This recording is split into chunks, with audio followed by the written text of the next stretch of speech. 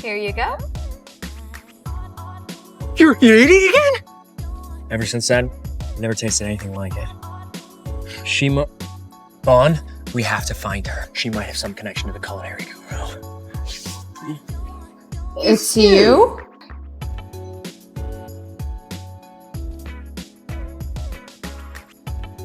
You want to marry me? Are you rich? Duh.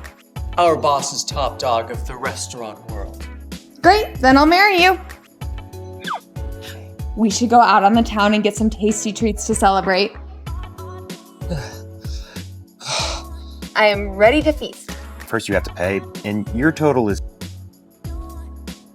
Is that the exclusive? Mr. Tom, your staff doesn't seem too happy to see me or my wife. He'll be dismissed immediately.